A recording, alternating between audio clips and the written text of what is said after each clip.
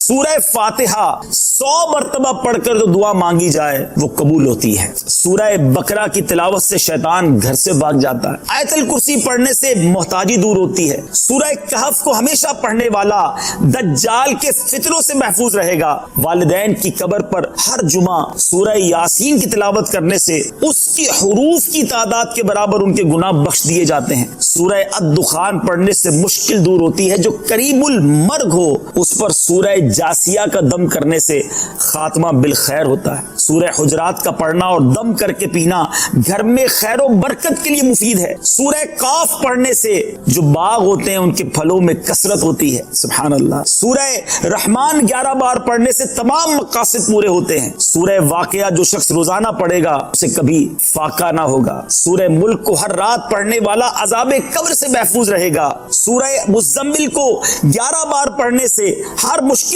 آسان ہو جاتی ہے۔ سورہ مدثر کو پڑھ کر حفظ قرآن کی دعا مانگنے سے قرآن کریم کا یاد کرنا آسان ہو جاتا ہے۔ جو بچے حفظ کر رہے ہیں ان کے لیے زبردست وظیفہ ہے۔ سورہ النازعات پڑھنے سے جان کنی کی تکلیف نہیں ہوگی۔ سورہ دحا پڑھنے سے بھاگا ہوا آدمی واپس آ جائے گا۔ سورہ علم نشرح کو جس مال پر پڑھ دیا جائے اس میں خوب برکت ہوتی ہے۔ سورہ تین و تین والزیتون جو ہے 3 مرتبہ پڑھنے سے اخلاق و کردار بہتر ہوتے ہیں۔ سورہ علق میں جوڑوں کے درد کا علاج ہے۔ سورہ قدر جو صبح و شام پڑھے اللہ عز و جل اس کی عزت بڑھا دے گا۔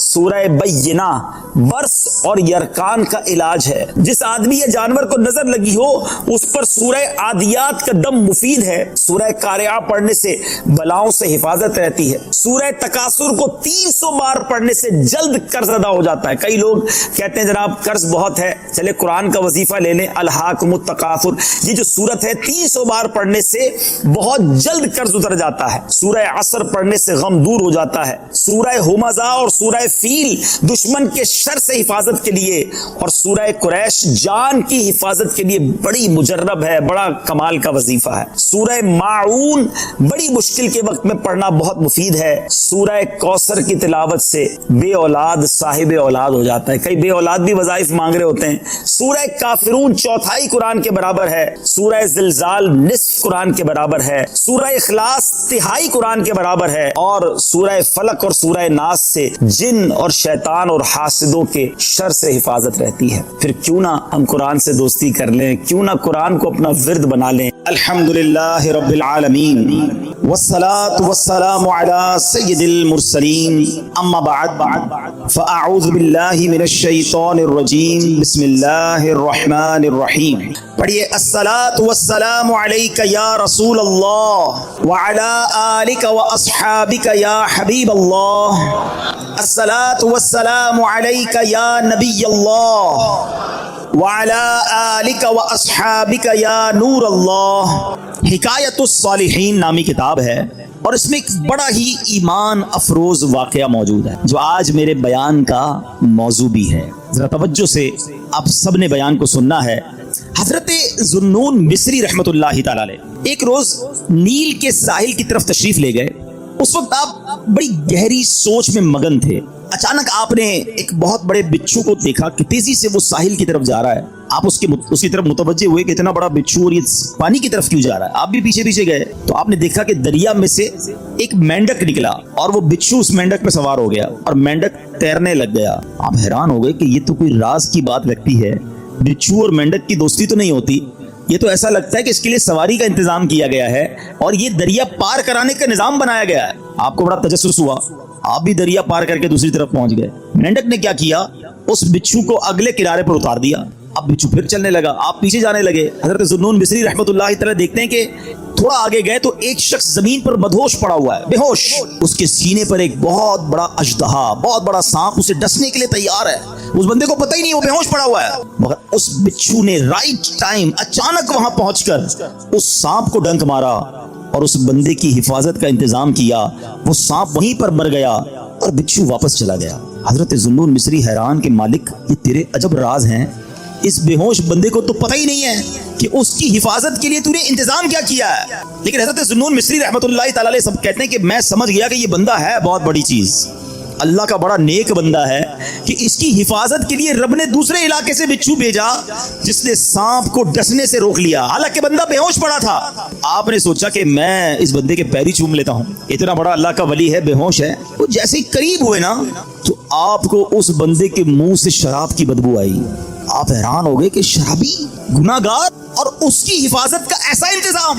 اللہ اکبر۔ ابھی آپ پریشان ہی تھے کہ آپ کو غیب سے آواز آئی، اے ذوالنون حیران کیوں ہوتا ہے، یہ بھی ہمارا ہی بندہ ہے۔ اگر اللہ صرف نیکوں کی حفاظت فرمائے گا، اگر نیکوکاروں کی ہی رب حفاظت فرمائے گا تو اے ذوالنون گناہ گاروں کی حفاظت کون کرے گا؟ ہائے ہائے، حضرت ذوالنون نے جب یہ سنا تو آپ وجد میں آ گئے، آپ کی کیفیت ہی بدل گئی۔ اللہ اکبر۔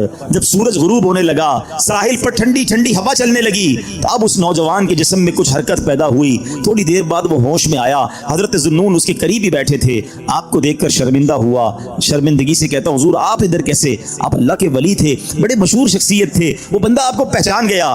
تو آپ نے فرمایا پہلے یہ بتاؤ کہ تم کون ہو، میرے بارے میں چھوڑو۔ اس نے کہا حضرت آپ تو دیکھ ہی رہے ہیں میں شرابی آدمی ہوں۔ آپ نے فرمایا ذرا بائیں طرف دیکھو، اپنی ذرا قریب دیکھو۔ اس بندے نے دیکھا تو مرا ہوا بہت بڑا سانپ پڑا ہوا۔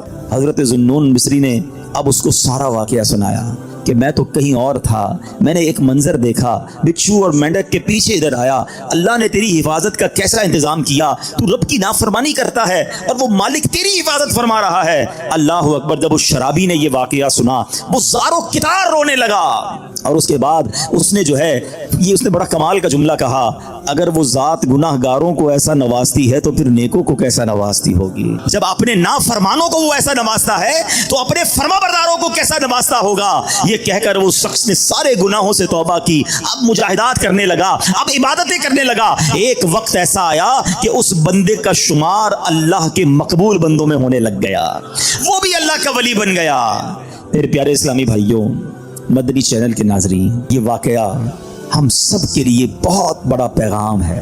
ہم اللہ کی نافرمانی کرتے ہیں اور روزانہ ہی کرتے ہیں، مگر وہ رب ہم سے نعمتوں کو روکتا نہیں ہے، وہ ہم سے اپنی نعمتوں کو نہیں روک رہا، ہمارا رزق بند نہیں ہو جاتا۔ دنیا کا کیا دستور ہے، یہاں کاروباری لوگ بھی بیٹھے ہیں، ہمارے پاس کوئی بندہ نوکری کرے، ہم اس کو کہیں بیٹا آپ کا کام یہ ہے کہ روزانہ جانا ہے، اپنے مارکیٹ سے وصولی کرنی ہے، اور یہ موٹر سائیکل میں آپ کو دیتا ہوں کیونکہ آپ کو روز جانا ہے، سفر کے لیے آپ کو موٹر سائیکل دیتا ہوں۔ بڑا مینیجر بن جاتا ہے، لوگ گاڑی دیتے ہیں، ٹھیک ہے۔ اچھا اب وہ سیٹ جو ہے وہ دیکھے کہ یہ جاتے کہیں نہیں ہے، سارا دن ادھر ہی بیٹھا رہتا ہے، ایک دن، 2 دن، 15 دن، 1 مہینہ، پھر وہ کیا کہے گا؟ بھائی یا تو وصولی کرنے جاؤ یا ورنہ میری موٹر سائیکل واپس کرو۔ فائدہ کیا تمہیں موٹر سائیکل دینے کا؟ جو فیسلٹی دیتا ہے کوئی ہمیں کسی کام کے لیے دیتا ہے نا، اگر وہ کام نہ کریں تو وہ فیسلٹی واپس لے لی جاتی ہے۔ سچ بتاؤ میرے رب نے مجھے اور آپ کو آنکھیں کیوں دی ہیں؟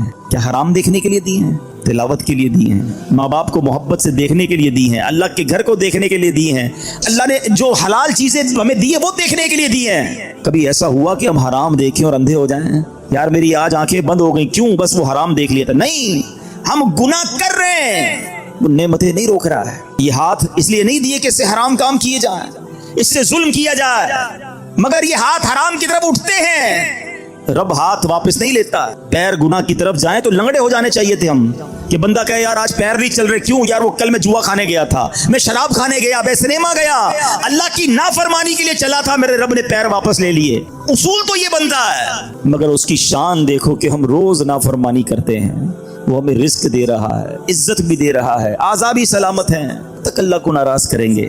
کب تک اس رب سے دور رہیں گے؟ وہ ایسا کریم ہے، دنیا میں کسی کی بات نہ مانو، وہ نوکری سے نکال دیتا ہے، مگر رب ایسا کریم ہے کہ بندہ اگر جب اس کی بات ماننے لگ جائے نا، ایک بار دل سے توبہ کر لے، وہ اس کے سارے گناہ بھی معاف کر دیتا۔ اللہ اکبر۔ اے میرے پیارے اسلامی بھائیو، یہ ہے میرا مالک جو ہمارے عیب چھپاتا ہے۔ ہم اکیلے میں گناہ کرتے ہیں، وہ بتاتا نہیں کسی کو، ورنہ وہ چاہے تو ہم سب کے عیب کھل جائیں۔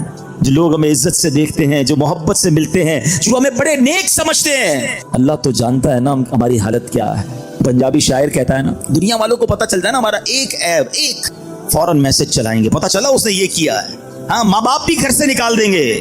میرا مالک کیسا کریم ہے، اسے معلوم ہے ہم کتنے برے ہیں، مگر وہ رحم کرنے والا ہے، وہ کرم کرنے والا ہے، ہم پھر بھی اس سے دوستی نہیں کرتے، ہم پھر بھی اسے ناراض کرتے ہیں۔ یار اسلامی بھائیوں، کب تک ہم گناہ کرتے رہیں گے؟ کب تک اللہ کو ناراض کرتے رہیں گے؟ اگر وہ مالک ناراض ہو گیا تو برباد ہو جائیں گے. اس کی رحمت چاہتی ہے کہ میں اور آپ بخشے جائیں، مگر ہم ہیں کہ یا تو توبہ نہیں کرتے، اور توبہ کرتے ہیں تو پھر اس پر قائم نہیں رہتے. حالانکہ نبی پاک علیہ الصلوۃ والسلام کی کیسی کیسی حدیثیں ہیں کہ جو توبہ کرتا ہے اللہ اس سے کتنا راضی ہوتا ہے. آئیے حدیث پاک سنانے سے پہلے میں آپ کو قرآن پاک کی آیت سناتا ہوں. اللہ کریم قرآن مجید میں ارشاد فرماتا ہے، سورہ بقرہ میں دوسرے پارے آیت نمبر 222 میں ارشاد فرماتا ہے، ان اللہ یحب التوابین، بے شک اللہ پسند کرتا ہے بہت توبہ کرنے والوں کو. اور اللہ جب توبہ قبول کرتا ہے نا تو سنو کیسا کریم ہے.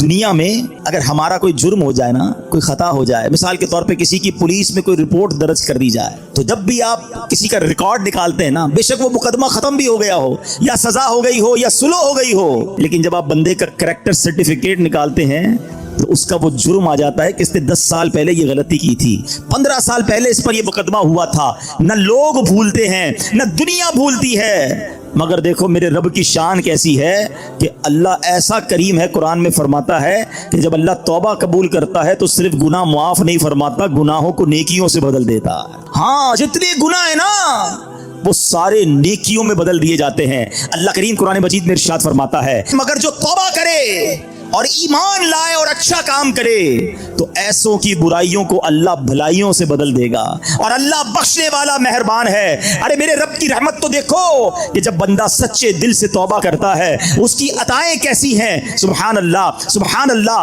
اللہ کے حبیب صلی اللہ تعالی علیہ وسلم کی میں آپ کو حدیث سناتا ہوں کہ رب کریم کس طرح توبہ کرنے والوں پر مہربانی فرماتا ہے. اللہ کے حبیب علیہ الصلوۃ والسلام فرماتے ہیں جب بندہ اپنے گناہوں سے توبہ کرتا ہے تو اللہ عز و جل لکھنے والے فرشتوں کے پاس سے اس کے گناہ بھلا دیتا ہے، اس کے اعضاء، اس کے بدن کے جو پارٹس ہیں ان کو بھی بھلا دیتا ہے، اور اس زمین پر بھی نشان مٹا دیتا ہے جہاں اس نے گناہ کیے ہوتے ہیں. یہاں تک کہ جب بندہ قیامت کے دن اللہ سے ملے گا تو اس کے گناہ پر کوئی گواہ نہیں ہوگا. حالانکہ خود رب نے فرمایا قرآن میں کہ وہ دن آئے گا، ارے پڑھی ہے نا یاسین شریف، اس میں اللہ فرما رہا ہے وہ دن ہوگا جب منہ پر مہر لگا دی جائے گی، ہاتھ کلام کریں گے، پیر بتائیں گے کیا گناہ کیے تھے، کدھر گئے تھے. اگر توبہ نہیں کرو گے تو پھر بچ نہیں پائیں گے. لیکن اگر توبہ کر لیتے ہیں، اللہ سے دوستی کر لیتے ہیں، اللہ کو راضی کر لیتے ہیں، تو وہ ایسا کریم ہے کہ وہ پچھلے سارے گناہوں کو معاف کر دیتا ہے. ہم پھر کیوں اللہ کی نافرمانی کریں؟ ارے دنیا کا دستور کیا ہے؟ کوئی ہمارے ساتھ بھلائی کرتا ہے، ہم کیا کہتے ہیں، نہیں یار اس کو ناراض نہیں کرنا ہے، اس نے مجھے نوکری دلائی تھی، اس کو ناراض نہیں کرنا ہے، اس نے مجھے قرضہ دیا تھا، نہیں یار اس کو تو بالکل بھی ناراض نہیں کرنا ہے، مشکل وقت میں میرے کام آیا تھا. دنیا میں ایک کوئی احسان کر دے تم کہتے ہو وہ ناراض نہیں ہونا چاہیے. جو صبح و شام رب احسان کر رہا ہے اس کی ناراضگی کا کوئی خوف نہیں کہ وہ ناراض نہ ہو جائے، میرا مالک مجھ سے ناراض نہ ہو جائے. سنو توبہ کرنے والے کس قدر اللہ کو پسند ہیں. اللہ کے حبیب علیہ الصلوۃ والسلام فرماتے ہیں، ابن ماجہ کی حدیث ہے، کل بنی آدم خطاء. آقا فرماتے ہیں سارے انسان خطا کار ہیں، غلطیاں تو سب سے ہو جاتی ہیں، مگر فرمایا وَخَيْرُ الْخَطَّائِينَ التَّوَّابُونَ، فرمایا خطا کاروں میں بہتر وہ ہیں جو توبہ کر لیتے ہیں. غلطی ہوتی ہے تو معافی مانگ لیتے ہیں، سر کو جھکا لیتے ہیں، اللہ سے عرض کرتے مولا آئندہ نہیں کروں گا، اور اس کی بارگاہ میں ندامت کا اظہار کرتے ہیں. ایک اور جگہ میرے آقا علیہ الصلوۃ والسلام فرماتے ہیں تم سب میں بہترین وہ ہیں جو فتنوں میں مبتلا ہو اور توبہ کرتا ہو. یعنی اگر گناہ ہو جائے فوراً معافی مانگ لے. اچھا ہمارے کچھ لوگوں کا توبہ کا اسٹائل بھی بڑا عجیب ہے، توبہ توبہ استغفر اللہ، گالوں پہ چپت لگا لی مگر کوئی شرمندگی نہیں ہے. ارے ایسی توبہ تو خود توبہ کی محتاج ہے. توبہ دل سے ہوتی ہے، توبہ شرم کے ساتھ ہوتی ہے، توبہ ندامت کے ساتھ ہوتی ہے. اور جب ندامت کے ساتھ بس ایک لمحے کی الحمدللہ رب العالمین والصلاة والسلام على سید المرسلین، اما بعد فاعوذ باللہ من الشیطان الرجیم، بسم اللہ الرحمن الرحیم. پڑھیے الصلاة والسلام علیک یا رسول اللہ وعلی آلک واصحابک یا حبیب اللہ. الصلاة والسلام علیک یا نبی اللہ وعلى آلک واصحابک یا نور اللہ. حکایت الصالحین نامی کتاب ہے اور اس میں ایک بڑا ہی ایمان افروز واقعہ موجود ہے جو آج میرے بیان کا موضوع بھی ہے. ذرا توجہ سے آپ سب نے بیان کو سننا ہے. حضرت ذوالنون مصری رحمت اللہ تعالی علیہ ایک روز نیل کے ساحل کی طرف تشریف لے گئے. اس وقت آپ بڑی گہری سوچ میں مگن تھے. اچانک آپ نے ایک بہت بڑے بچھو کو دیکھا کہ تیزی سے وہ ساحل کی طرف جا رہا ہے.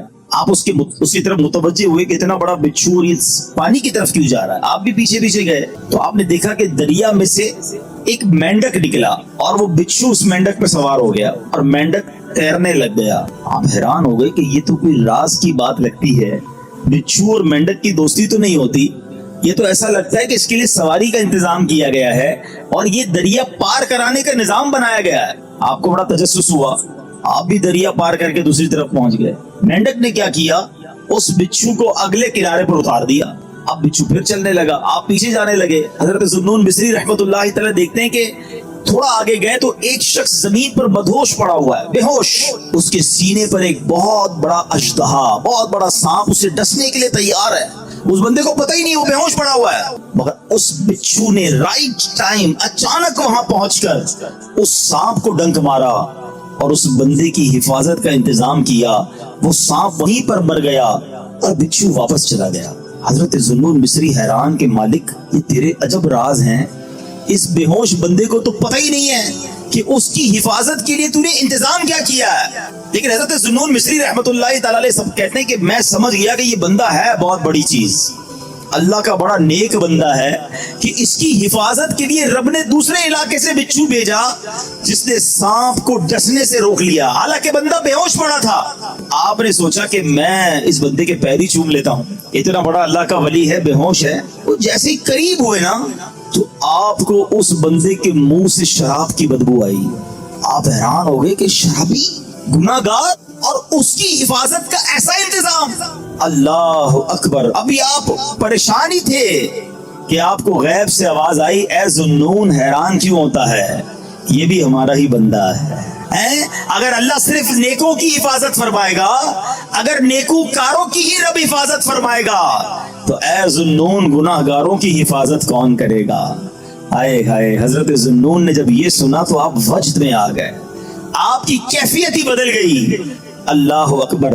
جب سورج غروب ہونے لگا, ساحل پر ٹھنڈی ٹھنڈی ہوا چلنے لگی, تو اب اس نوجوان کے جسم میں کچھ حرکت پیدا ہوئی. تھوڑی دیر بعد وہ ہوش میں آیا. حضرت ذوالنون اس کے قریب ہی بیٹھے تھے. آپ کو دیکھ کر شرمندہ ہوا, شرمندگی سے کہتا, حضور آپ ادھر کیسے؟ آپ اللہ کے ولی تھے, بڑے مشہور شخصیت تھے, وہ بندہ آپ کو پہچان گیا. تو آپ نے فرمایا پہلے یہ بتاؤ کہ تم کون ہو, میرے بارے میں چھوڑو. اس نے کہا حضرت آپ تو دیکھ ہی رہے ہیں میں شرابی آدمی ہوں. آپ نے فرمایا ذرا بائیں طرف دیکھو, اپنی ذرا قریب دیکھو. اس بندے نے دیکھا تو مرا ہوا بہت بڑا سانپ پڑا ہوا.